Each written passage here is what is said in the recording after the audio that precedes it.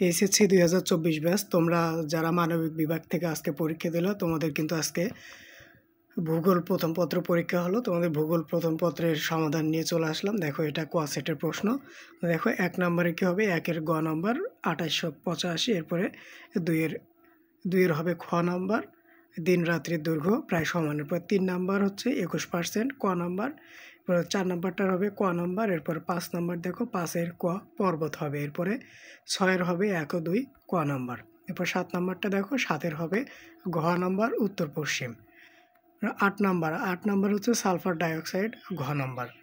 9 নম্বর Henry এটা গ নম্বর হবে, এরপর 10 নম্বরে একটা উদ্দীপক দেওয়া আছে মানে 10 এবং 11 নম্বরের জন্য, এখান থেকে 10-এর হবে খ নম্বর নিরক্ষীয়,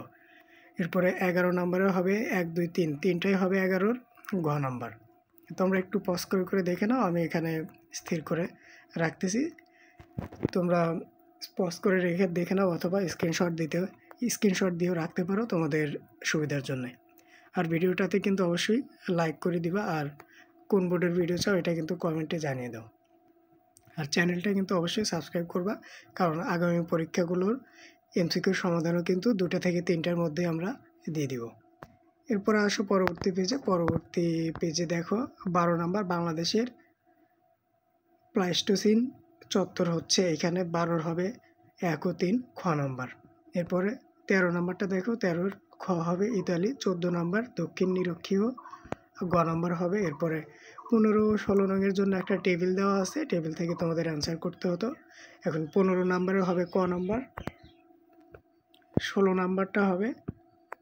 1 ও 3 খ নম্বর, 17 নম্বরটা কী হবে দেখো, 17 নম্বর হবে হচ্ছে 610 মিটার খ নম্বর, 18 নম্বরের খ হবে 1 ও 3, এরপর 19-এর খ হবে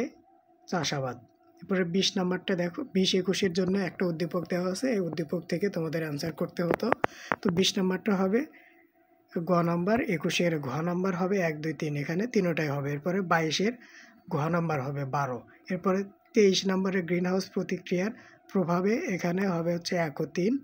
দুইটাই হবে 1 ও 3 হবে খ নম্বর, এবার 24 নম্বর 24-25-এর জন্য একটা চিত্র দেওয়া আছে, এখানে দেখো এখানে পাহাড় এবং একটা